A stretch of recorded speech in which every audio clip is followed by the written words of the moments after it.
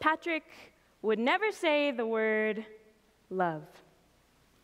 So when he volunteers to read the poem for class that day, he does so only on the condition that he doesn't have to say that word.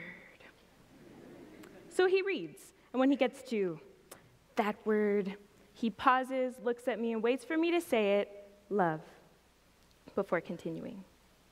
It sounds a little something like this. The saddest thing in the world has got to be when you love someone unable to provide the love and support you need. And I do it like this dramatically, perhaps to make my students laugh as I fill in the gaps. But I wasn't always capable of doing so. You see, I used to be Patrick. Growing up, I'd become well-versed in death, but also the things that kill us. Cirrhosis, diabetes, suicide, drunk driving, self-destructive behaviors, the list goes on. But this is not to say that everything was negative. We had tradition, community, family, and love, though my young, naive self wasn't always capable of seeing it. So I decided to focus on more tangible things. I wanted to go to Stanford and become a hotshot lawyer working in a big city. Goal-driven? Perhaps to a fault. I designed my life around my ambitions. From point A to point B, my focus was always in a straight line to get me where I wanted and thought I was meant to be. In the fall of 2004, I started college at Stanford University. It was beautiful, full of old and fun traditions like fountain hopping or full moon on the quad. Classes were interesting and innovative, and while challenging in the best of ways, I'll admit, it was a lot harder than I thought it would be as a person of color coming from a small town.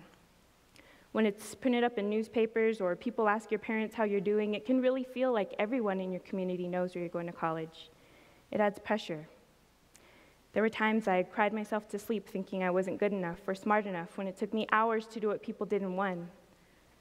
Most of all, I felt like if I failed, I wasn't just letting my family down, but my community as well. Other students in my group of friends who are also from small towns or reservations felt that way from time to time, but it's part of what brought us together, like family. It was like this with Mo. He came from a reservation too. Mo and I, we became friends his first day on campus. His smile and welcoming attitude really made him easy to connect with. But I also think some of it had to do with his 6'1" stature that just gave in to those warm embraces where the person really hugs you, not just barely brings you in. He was just one of those good people who lit up a room with his presence. But in private, we had a special relationship, one where he would walk me to my dorm, and it didn't matter how far or late the hour, just so I would get there safe. He could tell if I was upset or angry or scared and would wrestle and tease with me to make me laugh. Mo was the brother I never had. He was like that for a lot of us. Support was his forte, and his key encouraging phrase of, "Nah, you got this," really made you feel like you did. Have it, what it takes to get through anything. During winter quarter of that year in an online conversation, Mo wrote, "I'm sad." I typed back suggestions of journaling or working out. None of it works, he said. He tried it all, but sorrow still clung to him like a shadow, never leaving his side. I should have paid better attention to that gesture. Mo's reaching out to anchor himself to someone, to anyone, to me. At Stanford, I maintained my tunnel vision, focusing on goals like studying abroad at Oxford because it was prestigious and would increase my chances of getting into the dream law schools. So during my junior year, I went, and I didn't think twice about what or whom I was leaving behind. There are moments you never forget, ones that coil themselves around your DNA. I'd been in England less than a week when the program director called me into her office for a phone call. They're asking that you sit down before I hand you the phone. Tanaya, are you sitting? Yes. We lost Mo. Lost. Stanford had lost somebody earlier that year in a car crash. It had to be something like that. An accident, right? No. Mo had taken his own life. When someone dies, you can't help but wonder, why? Mo made everyone feel welcome, wanted, and validated around him. Didn't we do the same? 2 days later, I flew back to the United States to attend his funeral. I landed in Albuquerque first, and the next day, my sister took me to cut my hair. Something we do when someone close to you dies. The closer they were, the more you cut. If I had been brave, I would have shaved my head bald and raw, but I only cut it to my shoulders. That week remains a haze, but I remember the burial. By then, I'd been to more than 15 funerals, but his was the first where they actually hammered the nails into the wooden coffin right in front of you. I'll never forget that pounding, the wail it produced in me, one that reached a depth I didn't know I was capable of. I want to ask you all to do something for me. Please close your eyes. And in your mind, think of a loved one who's no longer with you. Picture them. Can you remember the last thing you said to them? Was it something supportive, frustrated, angry, or meaningful? Go ahead and open your eyes.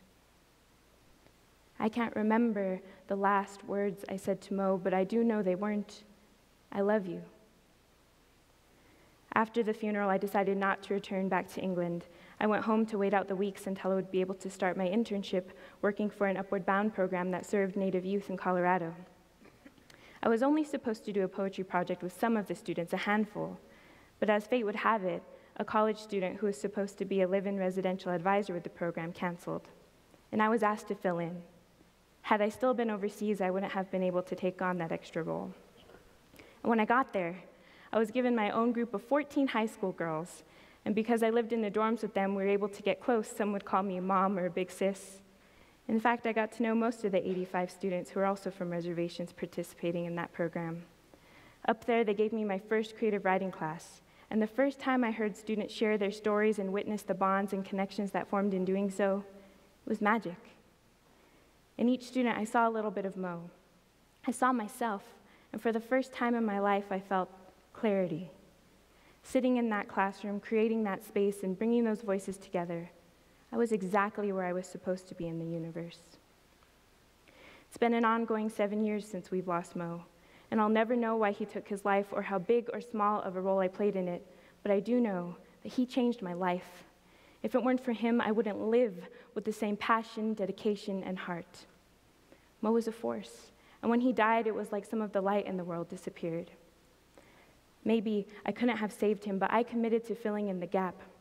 In losing Mo, I learned getting from point A to point B doesn't always mean going in a straight line, but finding the gaps each of us uniquely sees and then filling them in by building a bridge from loss to growth, hurt to healing, and pain to power. I finished Stanford as an English major, and while I didn't go on to law school, I did finish my Master's of Fine Arts in Creative Writing from the University of New Mexico. Now I write, perform, run a literary journal, work with youth, and I teach.